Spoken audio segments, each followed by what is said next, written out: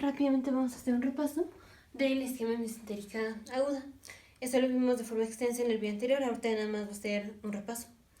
Entonces, isquemia mesentérica aguda.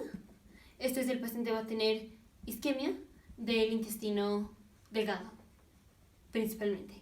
Y esto va a ser porque tenemos trastornos de la arteria mesentérica superior, principalmente, o de la vena mesentérica superior, principalmente. Entonces, por ejemplo, trastornos de la arteria mesentérica superior es que tengamos una placa de ateroma,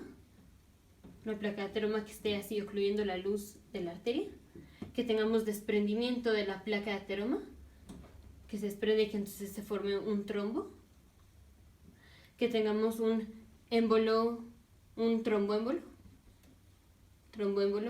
que es, por ejemplo, el paciente tiene fibrilación auricular y el trombo que está en la aurícula finalmente va a llegar a una de las ramas de la aorta, que puede ser la mesentérica superior. Otra es que el paciente tenga vasoespasmo de la arteria mesentérica superior. Entonces, placa de ateroma, que se rompa la placa de ateroma, trombo o un vasoespasmo. Ahora también puede ser un émbolo por una placa de ateroma, o sea, colesterol. O sea, que tengamos obstrucción así, por un pedazo de colesterol que migró desde una parte donde haya habido una placa de ateroma. Si tenemos trastorno de la vena mesentérica superior, esto más que nada es que tengamos una trombosis de la vena mesentérica superior. Y la otra causa es que tengamos un estado de hipovolemia. Si tenemos hipovolemia, pues es una disminución de perfusión, no solo al intestino, sino pues básicamente a todos los órganos.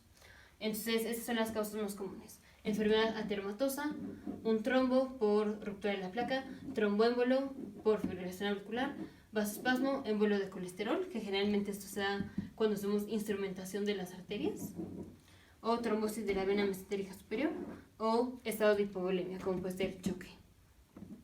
En cuadro clínico, el paciente se va a presentar con dolor abdominal súbito y severo, digamos fuera de proporción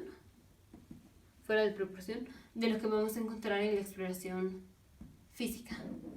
A veces el paciente puede venir con náusea, vómito, puede tener diarrea, la materia fecal va a tener sangre y esto va a tener una apariencia de jalea de grosella. Y pues el paciente obviamente va a tener dolor a la palpación. En su cuadro clínico vamos con diagnóstico. Entonces, tenemos un paciente, sospechamos que tiene isquemia mesentérica aguda.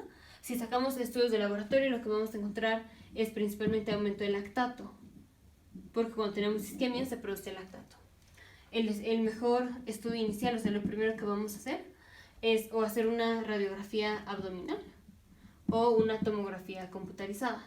Y lo que vamos a encontrar aquí es edema del intestino, que eso se va a ver con el signo de huellas digitales o signo de huella digital. Ahorita vemos una imagen. La otra es, vamos a tener neumatosis intestinal, que ustedes vamos a tener aire en la pared del intestino delgado. Y así hacemos diagnóstico. El diagnóstico definitivo, o sea, el estándar de oro, es hacer una angiografía o tomografía computarizada, angiografía mesentérica. Es el diagnóstico definitivo. Diagnóstico diferencial. Entonces, ¿qué pacientes se van a presentar similar a los pacientes que vienen con el dolor abdominal súper severo del paciente con isquemia mesentérica aguda? Entonces, ¿qué pacientes se van a presentar con dolor abdominal agudo? O sea, con abdomen agudo. Pacientes que tienen apendicitis, pacientes que tienen patología tubo-ovárica, si es una mujer en edad reproductiva. Pacientes que vienen con obstrucción intestinal, como puede ser, por ejemplo, un vólvulo. ¿Qué otros pacientes se presentan con el signo de la huella digital? Por ejemplo, pacientes que vienen con endometriosis, pacientes que tienen amiloidosis, pacientes que tienen enfermedad de Crohn, por ejemplo. Entonces, podemos decir eso es diagnóstico diferencial. Tratamiento. El tratamiento es primero reponer líquidos de forma intravenosa y no es necesario esperarnos hasta que salgan los estudios de laboratorio en donde, por ejemplo, vamos a tener aumento de lactato, sino que en cuanto sospechamos que el paciente tiene isquemia mesentérica aguda, lo vamos a meter a quirófano. Y ahí lo que vamos a hacer es resección quirúrgica de la parte del intestino que ya está ya necrosado. Y pues obviamente depende de la causa por la cual el paciente tuvo la isquemia mesentérica aguda, que es lo que vamos a hacer con la arteria. Entonces, por ejemplo, si tuvimos isquemia mesentérica aguda porque el paciente tuvo una trombosis de las venas, de la vena mesentérica, entonces pues vamos a dar anticoagulantes. Si tuvimos un tromboémbolo o una trombosis de la arteria, igual vamos a dar anticoagulantes y hacemos embolectomía. Más la resección quirúrgica del intestino que ya esté dañado. Y como complicaciones, se puede romper el intestino, porque si está necrosado, pues la pared se debilita y se puede romper el intestino. Entonces, perforación, y si tenemos perforación del intestino, tenemos riesgo de peritonitis, que es inflamación del peritoneo. Otra complicación es que se infecte la cavidad abdominal, porque se esté liberando todo el contenido que tenemos en los intestinos, se va a liberar pues hacia la cavidad abdominal. Y esto contiene bacterias y entonces se puede infectar la cavidad abdominal. Infección. Entonces por eso vamos a dar de forma profiláctica antibióticos. Y la otra complicación es sepsis.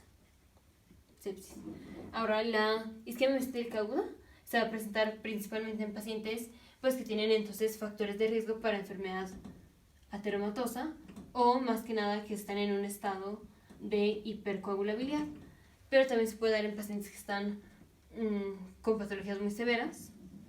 Por ejemplo, puede ser el caso de una sepsis en donde el paciente puede tener choque séptico. Nos vemos en el siguiente video, futuros médicos, científicos e ingenieros.